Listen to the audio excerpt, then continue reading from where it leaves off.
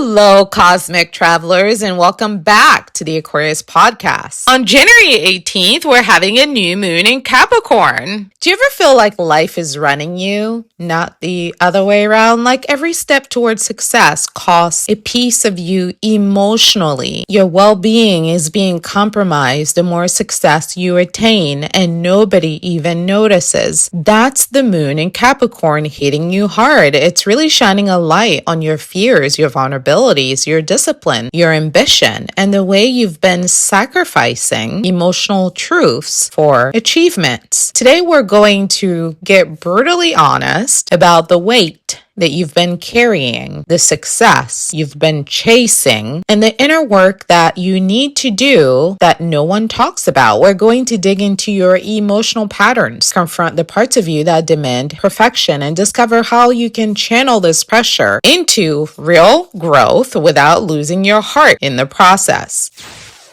The new moon in Capricorn is happening at the 20th degree. This is a degree associated with zodiac sign Cancer. So we're having a little bit of synastry here between the masculine and the feminine. As you know, Capricorn is the father of the zodiac and Cancer is the mother. At a critical degree, new moons intensify the lessons of Capricorn's emotional landscape. We're going to explore not just planetary mechanics, but how this transit is inviting us to cultivate emotional intelligence, relational insight, as well as conscientious choice. First, let's talk about the transit's emotional landscape. When the moon lands at 28th degree of Capricorn, emotions are going to feel heavy, structured, serious, and very intentional. You may even notice a strong internal drive to control outcomes, to plan, to stabilize, to predict. But at the same time, your inner tension is urging you to release some pressure. At the same time, you're feeling some nudging within about the need to transform, the need to reflect, and the need to be intentional about the choices that you're making. A Capricorn new moon is about structure, discipline, boundaries, long-term planning, emotional grounding, and truly aligning ambition with what feels real to you, what feels authentic to you. When the moon is tightly in conjunction with the sun, with Venus, with Mars, with Pluto, and with supporting aspects to Saturn, with Pisces being at the North Node at Saturn, and Neptune, as well as Uranus currently being in Taurus, this is a powerful, transformative new moon. It's perfect for some serious inner work, as well as some practical manifestations. This new moon is asking, where am I holding myself back emotionally? Where am I striving for perfection at the expense of vulnerability? You may feel triggered by these two questions, and triggers might show up in relationships where expectations feel unspoken, or in career ambitions that seem tied to emotional security. You may feel pulled towards the need to act responsibly, to do the right thing, to carry the burden, and all of that while you're secretly longing for emotional freedom. This transit is asking you to integrate your sense of duty, responsibility, and ambition with emotional awareness. The question becomes, what emotional responsibility am I avoiding? Where am I projecting my fears onto others? And where am I avoiding emotional pain in favor of work? Now, let's get into some analysis of the aspects associated with this moon transit. We're going to talk about some emotional and cognitive drivers that are making some of this energy very potent for us right now. First, we have moon conjunct sun. This means that the moon is also at the sun. This is a perfect alignment of inner and outer self. As you know, the sun is the masculine, that's outer, and the moon is the feminine, that's within. So the emotional clarity is guaranteed. There is pressure here to see things correctly, to do things the right way. There's this need to feel like we're being honest with ourselves about what it is we feel and what it is we need, and there's no tension. Everything is congruent. We also have the moon conjunct Mercury, so our thoughts, our feelings are wrapped up together very nicely. You may overanalyze your emotions as a result, but the reflection here is really to uncover the truth. It's to uncover subtle patterns that keep us stuck. A question to reflect on: am I listening to my feelings, or am I rationalizing them away? Listening means that we're able to receive new information and act according to the new information. Rationalizing away means it just stays in the head and we never actually get to take an action that aligns with the nudging that we're feeling inside. We're also experiencing Moon conjunct Venus. So our emotions are craving harmony. They're craving beauty. They're craving this desire to be felt, to be seen, to be validated. So that will probably surface in relationship. This is a moment to notice where we're seeking external affirmations versus affirming ourselves and giving ourselves that internal balance that we're seeking from partnership. The moon is also conjunct Mars. So emotional assertiveness is going to be at an all-time high. Frustration and impatience comes naturally with Capricorn energy. This is an opportunity to consciously choose our actions, even when we feel frustrated, instead of just reacting to them and feeling that our reaction is warranted just because we have feelings. Listen, we all have feelings, and they're not always hunky-dory. Being frustrated is no excuse for bad behavior. It's no excuse for being cruel to others simply because our feelings feel out of sync. That is a responsibility that we need to shoulder privately. The moon is also conjunct Pluto, so there's an opportunity here for deep transformation. This is about unearthing feelings that we've been hiding. There's some emotional intensity added to those emotions because we've buried them for so long.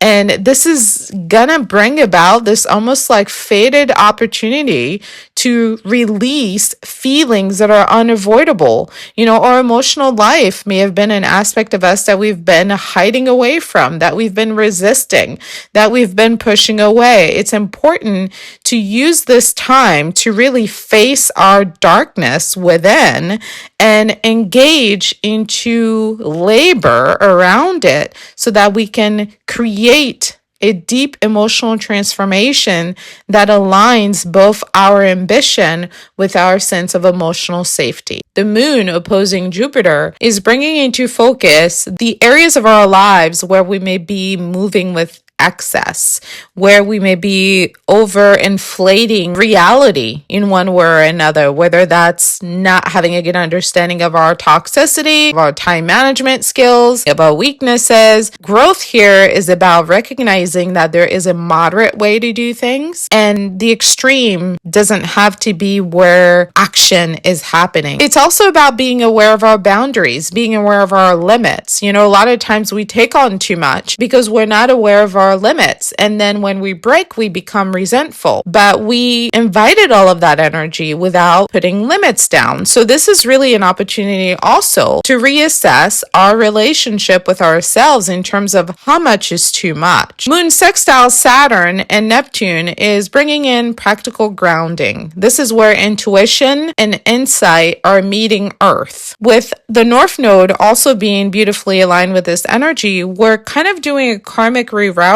of our destiny by chasing after success that feels comfortable, that feels emotionally safe, that feels manageable, that feels within our sense of control. It's not about success in the broad sense as it is about success that feels right for us. Each one of us has a level of success that preserves our emotional safety. And it's important to be aware of where those boundaries are so that we can structure our emotions in a way that creatively and spiritually align with our sense of ambition. Ambition without limits and boundaries hardly ever brings fulfillment. Emotional fulfillment requires that we be willing to protect a certain part of us that we need to keep safe just for ourselves. Moon trine Uranus is sparking sudden clarity around our relationship with nurturing and ambition. The spark of sudden clarity is going to bring about innovation, maybe a new emotional perspective. A question to reflect on around this time is: how can I honor the depths of my feelings while choosing conscious and constructive responses? And yes, even when I am frustrated, even when I am overwhelmed, even when I feel out of sync, how can I make the effort to honor the depths of my feelings while choosing to be emotionally conscious and honest? Now, let's get into some house-specific confessions and affirmations for all 12 zodiac signs, starting with Aries. Aries rising, for you, this falls in your 10th house, which is the house of our career and public image. The confession is, I feel pressure to perform and to control everything, even my feelings.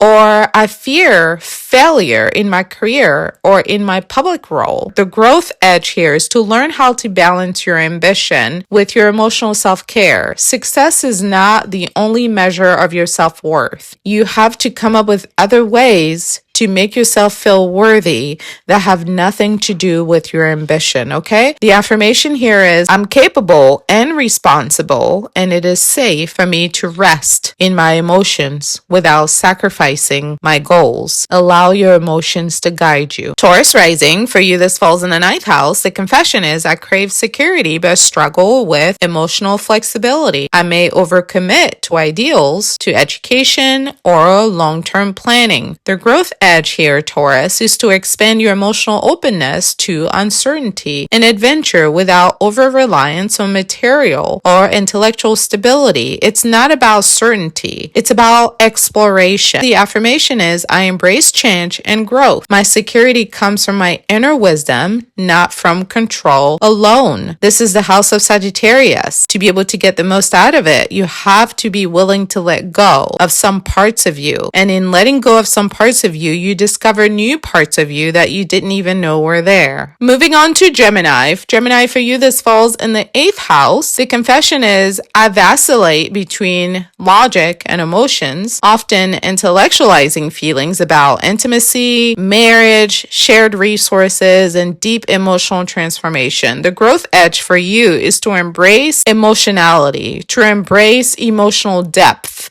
to embrace emotional vulnerability, especially in intimate spaces. Those are the spaces that allow you the greatest opportunity for transformative experiences. You're not going to get that from groups, okay? The affirmation is, I can feel deeply and transform fear into insight. Emotional honesty strengthens my core. Moving on to Cancer rising. Cancer, the confession is, I fear my nurturing won't be enough. I may suppress needs in partnership to maintain control. The growth edge here is to learn mutual emotional support, allowing interdependence in relationship rather than total self-reliance. The affirmation, I honor my needs while caring for others. Healthy relationships include both giving and receiving. So you have to make space to receive, okay? Leo rising, for you, this falls in the 6th house. The confession is, I want recognition, yet fear showing weaknesses in daily routines and work responsibilities. The growth edge is to align your self-expression with discipline. Confidence doesn't require constant external validation. Sometimes you give yourself the validation and talk yourself through it and push yourself through difficult tasks. That is where confidence is really built. It's not necessarily built on stage when everyone is clapping for you. The affirmation is, I shine through my authentic effort and dedication. Daily work can be both meaningful and joyful. Moving on to Virgo rising. Virgo, for you, this falls in the 5th house, the house of pleasures and joy and self-expression. The confession is, I overanalyze emotions and worry about expressing creativity or love imperfectly. The growth edge is to allow playfulness and spontaneity in your life. Balancing responsibility with some fun and creative expression will make your life feel more fulfilling. Affirmation, I give myself permission to create and love freely. Perfection is not required for fulfillment. Libra rising, for you, this falls in the 4th house, which is the house of Cancer. The confession is, I seek harmony at home or within myself, often suppressing my needs to maintain peace in my environment. The growth edge is cultivating emotional roots and personal boundaries, asserting needs while preserving relationships. It's okay for you to have limits and to set them. The affirmation, I can nurture my home and my heart while expressing my true feelings. Balance grows with honesty. Scorpio rising, for you, this falls in the third house. The confession is, I feel intense pressure to control thoughts, communication, and daily environment, masking my vulnerability behind intensity. The growth edge is developing transparent communication and mental flexibility, embracing emotional honesty in social interactions. The affirmation is, I speak, think with integrity. Vulnerability strengthens my influence and connection. Sagittarius rising, for you, this falls in the second house, which is the house of our self-esteem. The confession is, I crave freedom, yet financially or value-based relationships feel heavy, making me anxious and constrained. The growth edge is learning resourcefulness and groundedness. Freedom can coexist with practical stability. The affirmation, I manage my resources wisely and still expand my horizons. Abundance flows from balance. Capricorn rising, for you, this falls in the first house. The confession, I often feel I must succeed at all cost. Emotional needs are secondary. Vulnerability feels risky. The growth edge is integrating self-compassion with authenticity. Authenticity makes ambition more fulfilling. Your personal identity includes your emotional expression, okay? The affirmation, I am ambitious and emotionally aware. Strength and sensitivity coexist in me naturally. Aquarius rising, for you, this falls in the 12th house. The confession, I intellectualize emotions and fear attachment, often avoiding responsibility or retreating from others socially. The growth edge is facing hidden fears and unconscious patterns, embracing emotional connection while maintaining independence. The affirmation, I can explore my inner world safely and connect with others authentically. Freedom and intimacy can coexist. And lastly, Pisces rising, for you, this falls in the 11th house. A confession, I am sensitive to group expectations or social ideals, often sacrificing my needs for collective approval. The growth edge is to learn how to balance your service mentality, your desire to serve your community with self-care. Emotional boundaries strengthen. They don't weaken your compassion. They strengthen you because they give you a clearer compass about your values, your belief systems, and your ethics. The affirmation is, I contribute to the collective without losing myself. My well-being fuels my service and vision. Now let's get into 5 practices that can help you feel more grounded under this heavy Capricorn Earth energy. The first is a practical reframing of reality. And what I mean by that is shifting your mindset around some of those pain points that are going on in your life. It's important to anchor emotional challenges in reality. One question you may ask yourself is, what small actionable steps can I take to feel more secure? Instead of trying to change feelings instantly, it's important to focus on incremental improvements that you can make in your day-to-day life that can make you feel better down the line. This is the Capricorn way. Everything Capricorn does is step by step. It's all about having a strategy to get to your goal because nothing happens overnight. Number 2, emotional regulation. It's really important under an Earth moon to practice being grounded. Physical exercise is a good way to bring yourself back into your body, whether that is walking in nature or going to the gym, or sometimes it's just being outside and touching the soil, like tending to your garden, doing some yoga, doing some strength training, even organizing your space. Sometimes for Capricorn and Earth sign moons, even organizing your space can settle some of the inner turbulence or anxiety that you're feeling. Earth signs thrive when emotions are embodied through movement, through the body and through the environment. Even cleaning your home is going to bring you some emotional clarity.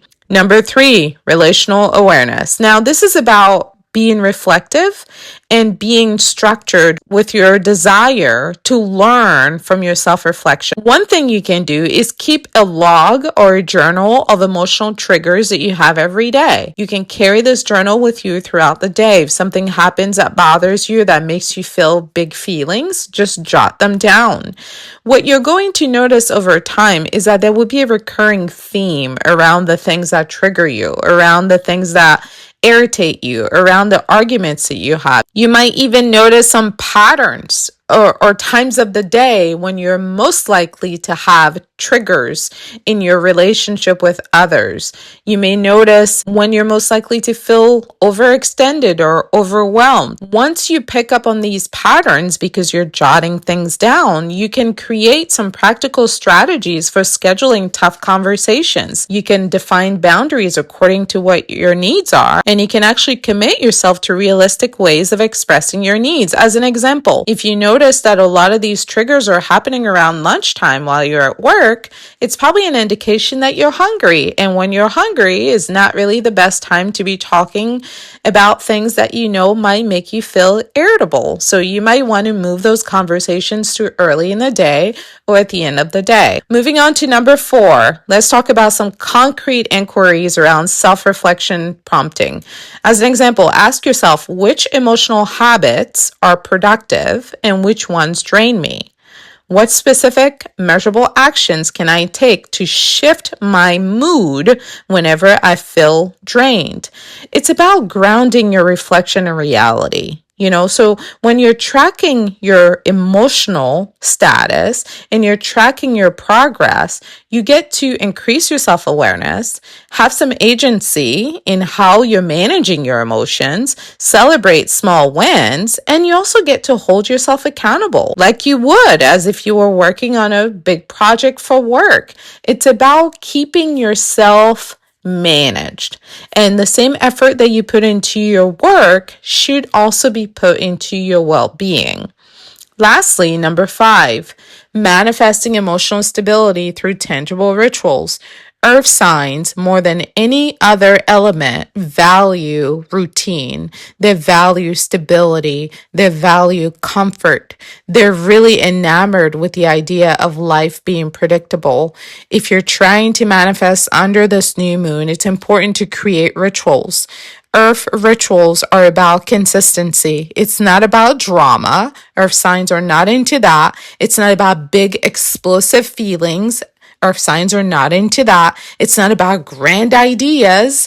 Earth signs are not into that. It's about something small, something boring, something tangible that you can incorporate into your day-to-day life. This daily ritual reinforces stability. It feels safe to come back to that same place every day to do that same thing, whether it's journaling at the same time each day, whether it's starting the day by lighting a candle and reading a scripture, whether it's starting the day by meditation, whether it's taking a shower every morning at the same time, whether it's eating the same breakfast and preparing that meal mindfully, whether it's creating a cozy and orderly space that nurtures calming energy at the end of the day. It doesn't matter. Pick one.